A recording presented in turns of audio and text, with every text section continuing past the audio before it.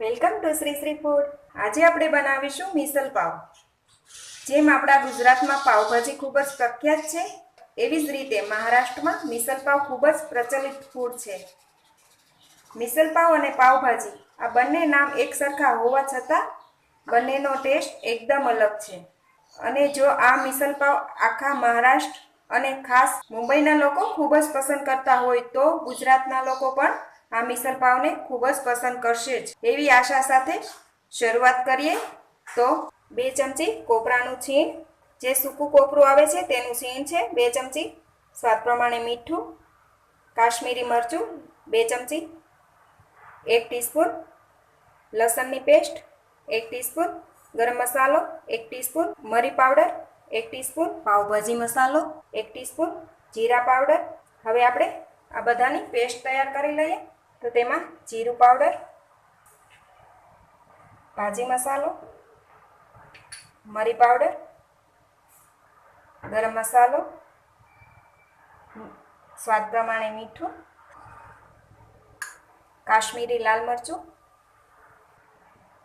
લસણની પેસ્ટ. હવે બધું મિક્સ કરી તેમાં થોડું થોડું પાણી નાખી અને તેની પેસ્ટ તૈયાર કરી લઈએ.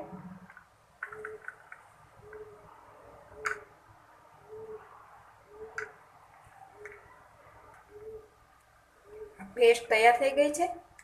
હવે આ મગ લીધા છે 4 ચમચી, 2 ચમચી ચણા અને વ્હાઈટ વટાણા આવે તે 4 ચમચી. તેને 8 કલાક માટે પલાળીને ત્યારબાદ તેને બાફીને તૈયાર કરી લીધા છે.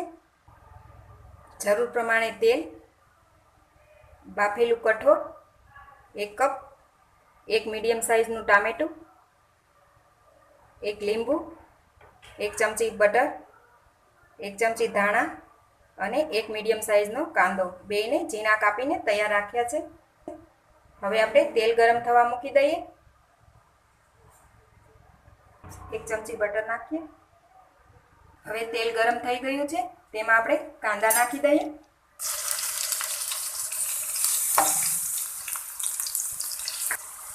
કાંદાને 1 મિનિટ માટે ચડવા દઈએ.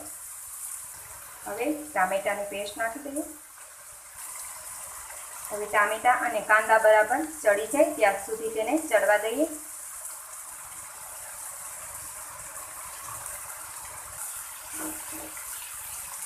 બંને ચડી ગયા છે.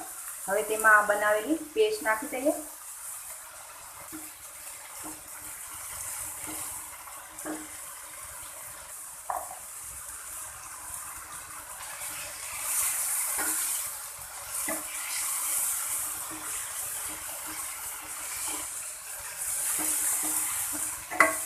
હવે મસાલાને બધું બરાબર ચડી ગયું છે.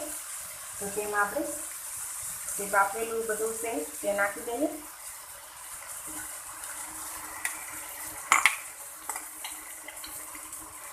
અને તેને બરાબર મિક્સ કરી લઈએ. આની અંદર આપણે સોલ્ટ નથી નાખતા, કારણ કે આપણે બાફવામાં પણ નાખ્યું હતું અને પેલા મસાલામાં પણ નાખેલું હતું. હવે તેમાં 1 લીંબુનો રસ નાખી દઈએ. મિસલ પાવને આપણે વધારે લિક્વિડ કરવી હોય તો થોડું પાણી નાખી શકાય છે. અત્યારે મેં પાણી એડ નથી કર્યું. અને તેને બરાબર મિક્સ કરી લઈએ અને તેને 5 મિનિટ માટે કૂક કરી લઈએ. હવે તેમાં ધાણા નાખી દઈએ.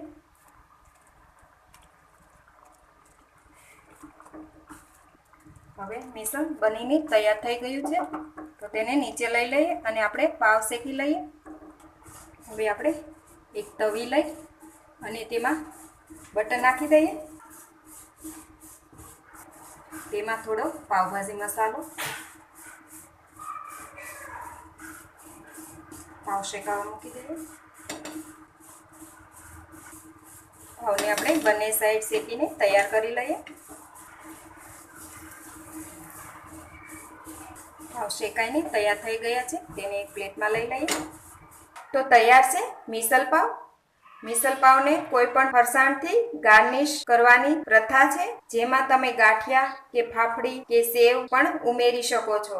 પણ જનરલ ગાંઠિયા જ વધુ ટેસ્ટી લાગે છે, તેથી મેં અહીંયા ગાંઠિયા સર્વ કર્યા છે. તો તમે પણ જરૂરથી બનાવો. અને જો હજી સુધી અમારી ચેનલ સબસ્ક્રાઈબ નથી કરી તો પ્લીઝ અહીંયા ક્લિક કરો એટલે સબસ્ક્રાઈબ થઈ જશે અને બેલ આઇકન પર ક્લિક કરશો એટલે તમને અમારા નવા વિડીયો મળતા રહે. અને વિડીયો પસંદ આવે તો પ્લીઝ લાઈક પણ કરો અને તમારા ગ્રુપમાં શેર પણ કરવાનું ભૂલતા નહીં.